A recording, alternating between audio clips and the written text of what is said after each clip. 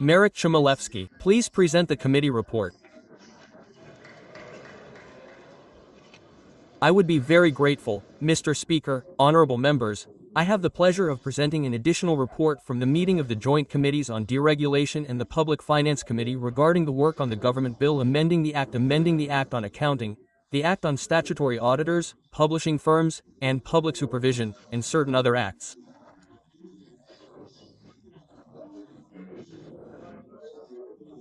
During the second reading on July 8, members of the Confederation Caucus tabled one amendment changing the entry into force date of the Act, which was supposed to come into force in 2 years.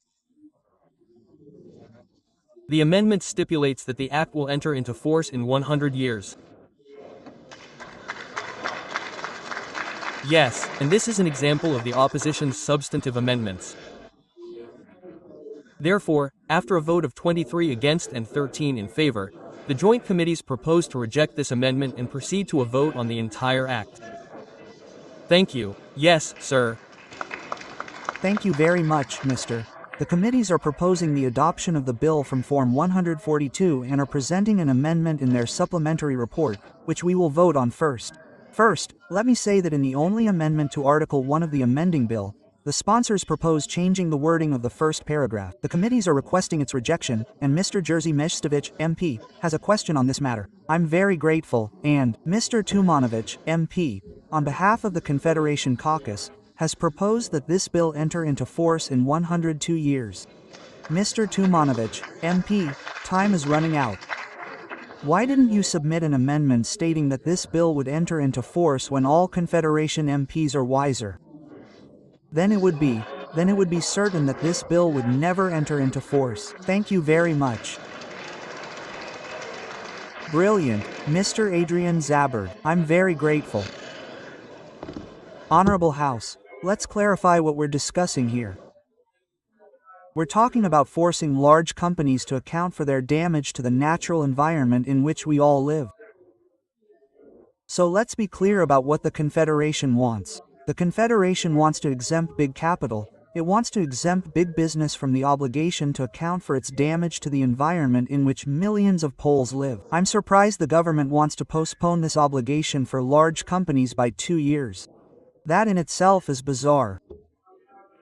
However, the idea of postponing it until 1927 is, firstly, embarrassing, and secondly, it also shows that the Confederation, even when it wants to make a joke with an internet meme, fails. Thank you. MP Przemysław Wypler, from the Confederation, will speak more on this.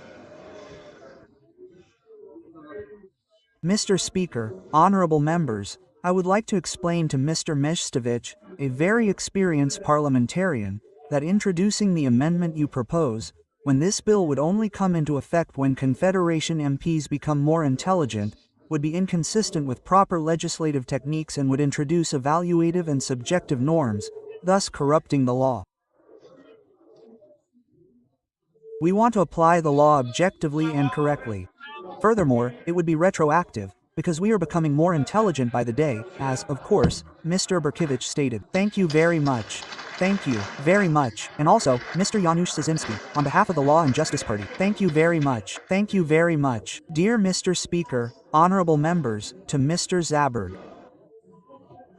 This government has so corrupted the OSG regulations that it has designed them so that all this money would go to large international audit firms. Small and medium-sized Polish audit firms have been cut out. We tabled an amendment on this matter when they were being passed. Perhaps these 2 years will be enough to improve it. So there is hope, Mr. Speaker. Thank you very much, and we will proceed to the vote. Who of the members in favor of the amendment will raise their hand and press the button?